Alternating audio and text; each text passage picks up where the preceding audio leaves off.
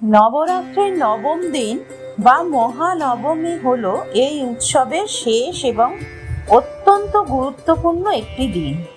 এই দিনে দেবী দুর্গার নবম রূপ মা সিদ্ধিদাত্রীর পূজা করা হয়।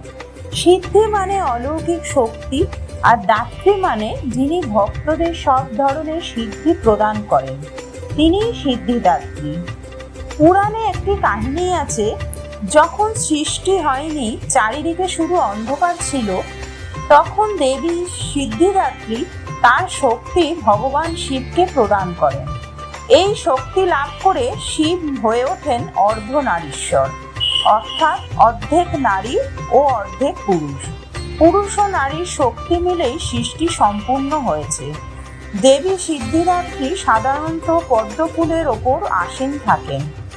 তার চারটি হাত, এক হাতে চক্র, এক হাতে গদা, এক হাতে শঙ্খ আর এক হাতে পদ্ম। তার বাহন সিংহ, যা সাহস ও শক্তির প্রতীক। তার রূপ শান্ত কোমল, কিন্তু তার শক্তি অসীম। সিদ্ধিদাত্রী, যিনি সমস্ত প্রকার সিদ্ধি বা আধ্যাত্মিক শক্তির দাতা হিসেবে পরিচিত।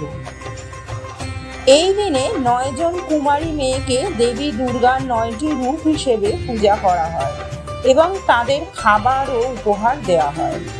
নবরাত্রির নবম দিনে দেবী সিদ্ধিদাত্রীর পুজো করলে ভক্তের সব ইচ্ছে পূর্ণ করেন বলে বিশ্বাস আছে। জয় মা সিদ্ধিদাত্রী।